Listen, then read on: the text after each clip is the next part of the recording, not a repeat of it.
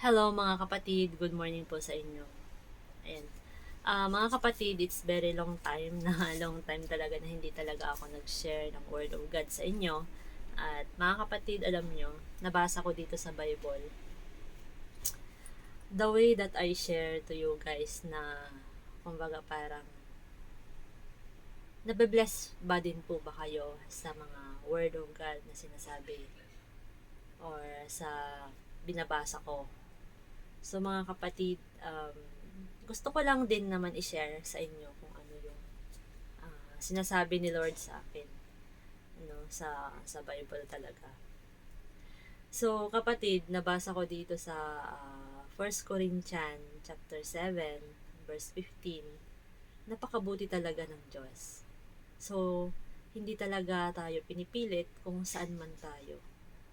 No, kung gusto ba natin mag-serve sa kanya or hindi. No.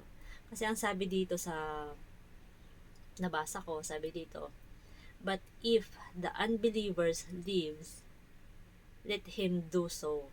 So, nasa sa inyo po daw yan kung gusto nyong sumunod sa kanya.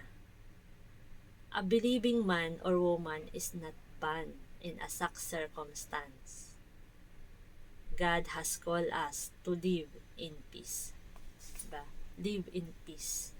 So, sa buhay mo ngayon, kapatid, may peace ka ba? Pero kung gusto mo man baguhin or i-turn yung sarili mo sa maganda kinabukasan. Kung gusto mo yung kinabukasan na nandyan si Lord, hayaan mo yung sarili mo na gawin mo yun. Kasi yun ang pinaka the best na gagawin mo sa buhay mo. 'Di ba sabi nga doon, wala pong sapilitan. Kung ano yung buhay mo ngayon, kung yan yung gusto mong buhay, gawin mo. Pero kung gusto mo na magandang buhay, na nandyan si Lord, may peace of mind ka, may peace in heart ka, alam nyo po kung saan matatagpuan yun. Matatagpuan nyo lang po yan kay Lord. Ayun lang kapatid, at maraming salamat sa pagkikinig. Kung gusto nyo lang naman po ng advice or kung ano man, kung makakatulong man ako sa inyo kapatid, message nyo lang ako sa aking messenger. Ayan, nalagay ko dito, at kapatid. Yun lang, mahal na mahal ka ng Diyos. Kaya,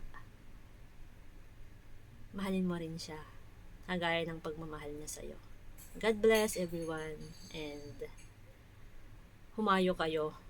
Kumbaga, humayo kayo papunta kay Lord. Ayan. Thank you.